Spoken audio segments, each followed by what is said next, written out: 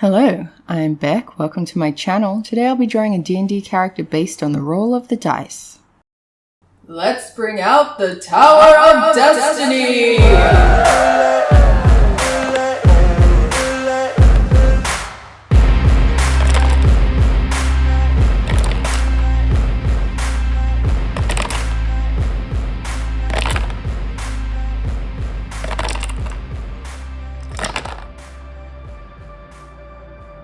Now we have a YuanTi Sorcerer. I looked up how to pronounce Yuan-ti, and ultimately there is a little bit of debate. Yuan-ti is one option or Yuan-ti is the other. And Yuan-ti just makes me think of like you, auntie, me, uncle. So I'm going for the jaunty Yuan-ti, and yeah. So, Yuan-ti are snake people, and the interesting thing about these guys, particularly from a drawing perspective, is they can range in how snaky they are. There's some lore that says like the more they resemble a snake, the more powerful they are, but that relates a little bit more to the monster side of Yuan-tis. I don't know if it's plural Yuan-tis. Yuan-ti or Yuan-ti, it doesn't matter. Hello Panda. Yuan-ti were originally humans who transformed themselves into serpent folk through ancient rituals.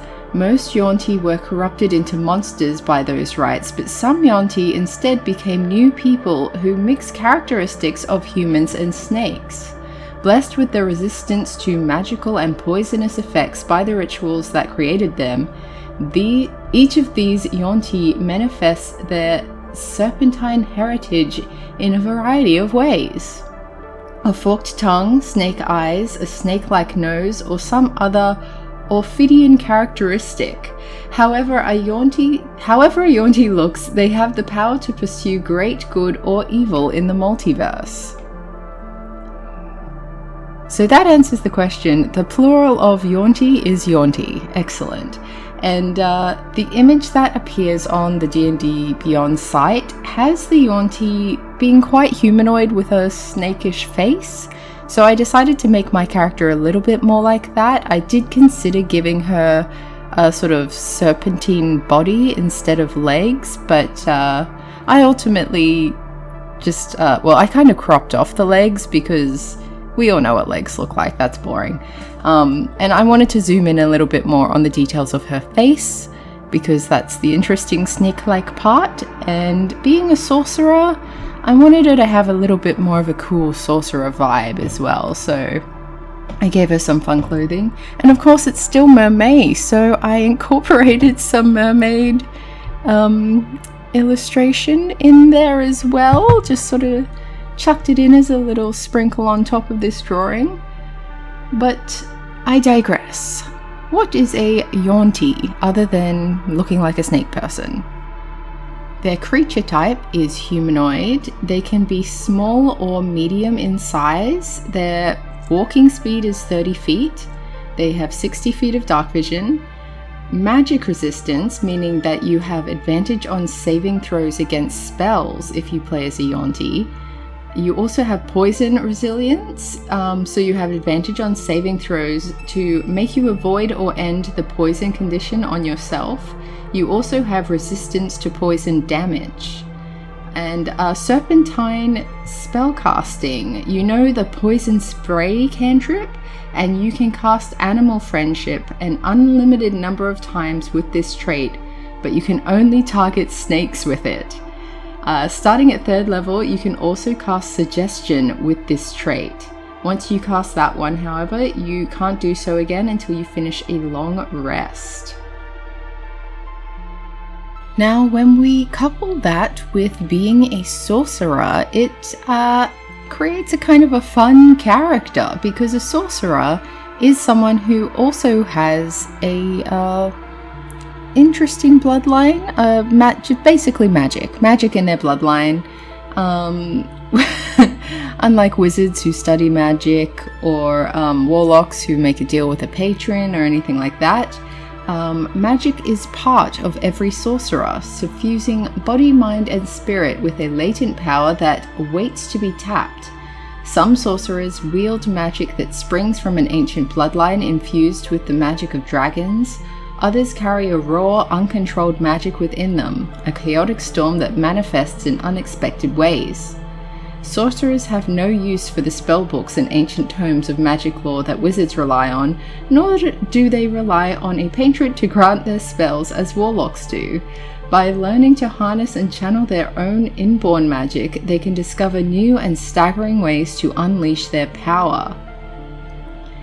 Now, as the subclass of sorcerer, you choose what your sorceress origins are, and I decided to go with wild magic, which is of course the chaotic one that I was just reading about a second ago. The description goes so. Your innate magic comes from the forces of chaos that underlie the order of creation. You might have endured exposure to raw magic, perhaps through a planar portal leading to Limbo, the elemental planes, or the far realm. Perhaps you were blessed by a fey being or marked by a demon. Or your magic could be a fluke of your birth with no apparent cause. However it came to be, this magic churns within you, waiting for any outlet. Now, wild magic is probably the most fun you can play as a sorcerer because when you choose this subclass, starting at first level, your spell casting can unleash surges of untamed magic. Once per turn, the DM can have you roll a d20 immediately after you cast a sorcerer spell of level 1 or higher. If you roll a 1, you have to roll on the wild magic surge table to see what happens by accident. And there are some really fun things, like all of these are accidental, like I just said. So you cast Fireball at a 3rd level spell centered on yourself. You could have, for the next 5 minutes, you regain 5 hit points at the start of each of your turns. You cast Grease on yourself, which basically covers the ground in slippery grease. You teleport up to 60 feet to an unoccupied space of your choice that you can see. There are a lot of them. Your hair falls out but grows back within 24 hours. There is basically, it's a 100 table, so you have to roll the D100, which is when you roll both of your D10s to figure out what happens. And I feel like if I was DMing or actually more specifically, if I was playing as a sorcerer and had the wild magic surge as an option, I would want it to be more often than just if I rolled a nat 1 after casting a spell. So I might even say maybe like 1 to 10, so a half and half chance, and maybe as I level up it might become more rare. But just for the fun of it, I would really enjoy having it be like more often than not something weird happens whenever I cast a spell. But that's for you and your DM to figure out.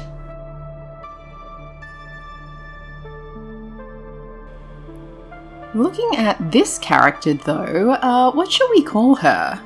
I'm thinking Selena. So Selena has some very interesting stats in her abilities table here. She's got the +1 to strength, so she's stronger than average.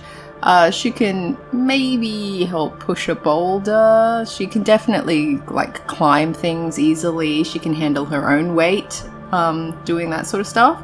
But she's got the +3 to dex, so she's very, very dexterous. She can be very sneaky when she wants to be. She can dismantle traps or put them together. I'm getting kind of an evil vibe from her, so I think she's maybe not the kindest person in the world. We've got the just average stat for Constitution, so I don't know that she's not a weakling, she doesn't get sick from eating spicy foods or anything like that, but she also isn't particularly great at, say, staying up all night or marching for infinite days to get to a city or something like that. Like she would get exhausted at a regular amount. She's just average there. Her intelligence is +2, so she has good memory. She has the ability to pick up information very quickly and retain like stats, I was going to say. If she sees a map, it doesn't take her long to memorize where everything is, and if she picks up a textbook, she can retain the knowledge pretty easily. But she has a -1 to wisdom, which means she might be able to remember this information, but her ability to apply it to her whatever situation she's in is probably not great.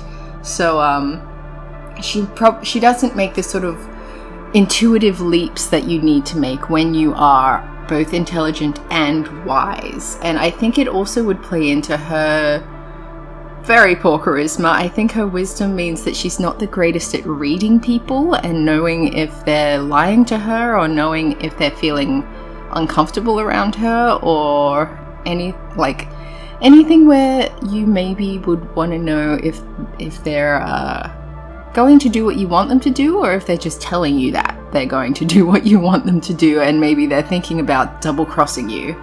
She's not the greatest at picking up on that sort of social cue. -3 to charisma, so that means she's not very charming, which obviously she doesn't look particularly charming, but she's also not that scary. I think she might be the kind of sorcerer who hides in the shadows most of the time and is actually quite shy. So I think she generally will let her magic talk for her. So she doesn't intimidate people, she just does the thing. So instead of saying, "I'm going to kill you," she will just kill you. So you don't get a chance to be afraid. That could create a reputation where people become intimidated at her very name, but that wouldn't play into her charisma. That would just be a reputation thing. Thinking about her background, as with most evil characters, I have to say her upbringing was bad. She has a family who didn't treat her very well, and probably that whole family grew up in a village or city where they were a minority who were also treated not well. So it was a lot of punching down going on in her childhood, and she was at the bottom. And so she left as soon as she possibly could, but sort of maintained that victim mentality where that's how she learned that the most powerful place to be standing in a fight is in the shadows, unseen. And so she has learned to, kill before anyone has an opportunity to kill her. She strikes first, she doesn't hesitate. And I think it very much comes from a place where she's learned that. She's spent a lot of time being attacked, and she's learned to avoid it and be the one who ends the fight before the other person even really knows that there is a fight to be fought.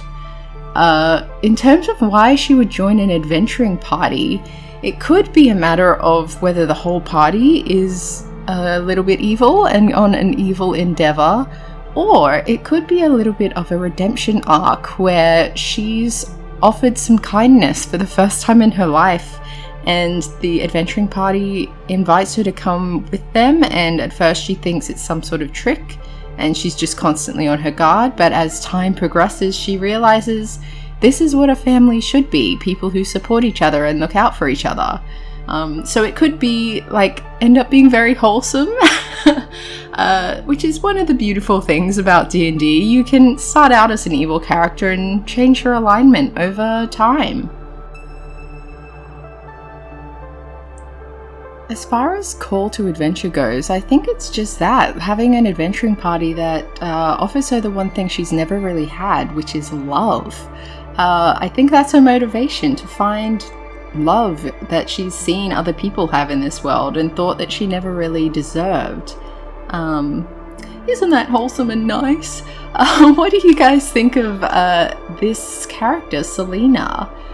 Would you want to play an evil character who turns good, or keep her evil? Thanks for watching. Let me know your thoughts in the comments below, and I hope you have a great rest of your week.